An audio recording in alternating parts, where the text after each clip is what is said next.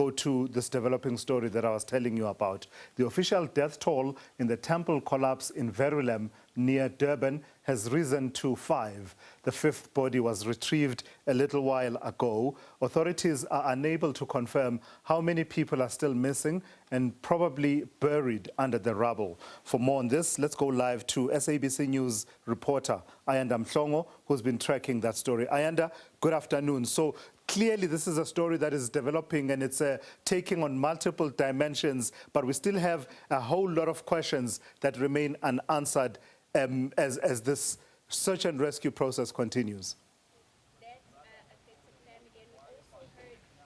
Tulas, a very good afternoon to you and good afternoon to our viewers. Yes, certainly from the latest that we have received from the authorities as well as the rescue teams, Tulas, is that this operation is in fact likely to continue over the next week up to 2 weeks. Let me just step out of shot for our viewers to see what is currently happening at the site.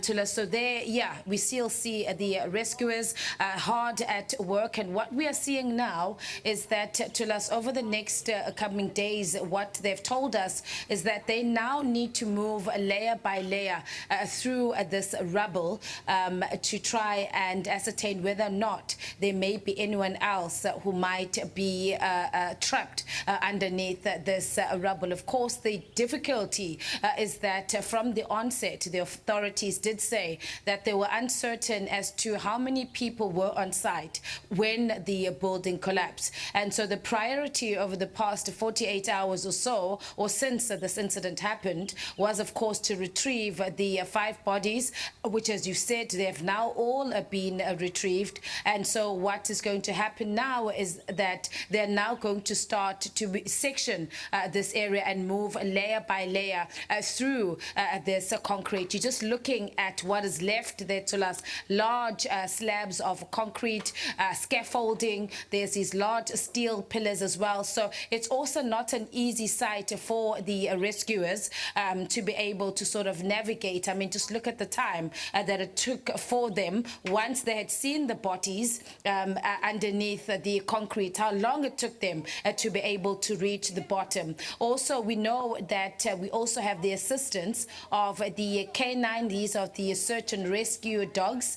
2 have come from the Western Cape, and what we note about those 2 particulars that those were the 2 K9s that were also part of that recovery operation in the George building incident in the Western Cape. And so they've been brought here with their experience to assist these rescuers. At the top of the hill there to us is a large, that's the command center, I would say, or the base for all the rescue teams. And what we've been told is that, of course, they are then going to be taking turns as they go through the rubble.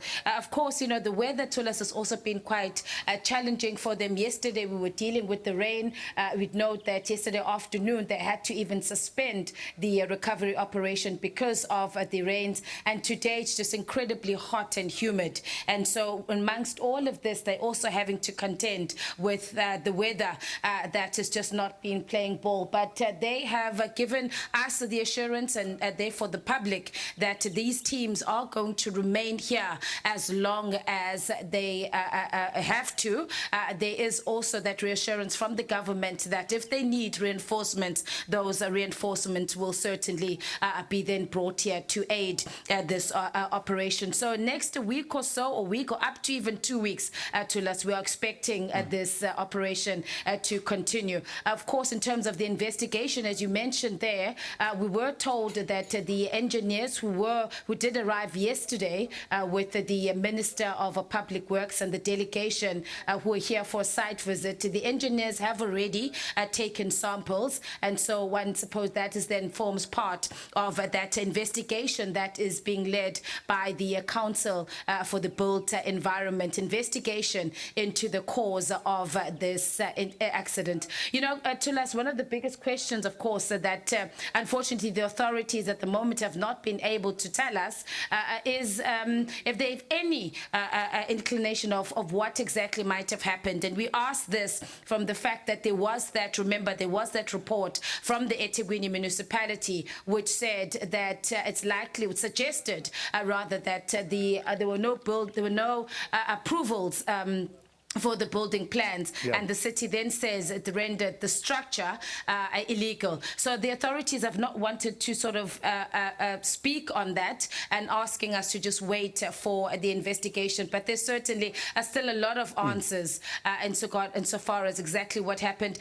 Also from the families, to us, we had for the first time an opportunity to speak to the families. I just spoke to the sister of the founder of this temple, Vix Pandey. We can now name him. Vix Pandey was the founder, and he was one amongst the 5 that have died here. And she also was asking us, do we know anything in terms of what may have caused this accident, tragedy? And so the families are also on the sidelines, want answers from the government. And so that is what we obviously in the next coming days, we do hope that there might be some sort of a preliminary report to us in terms of that investigation. Let me quickly step out of shot. My colleague Raymond just indicating, you would see there to us that the K9 have now been brought out, and he's now showing our viewers, as we've been reporting, that the next phase was for the teams to then bring through the K9s, and they are then going to start to sniff through, and they're going to be moving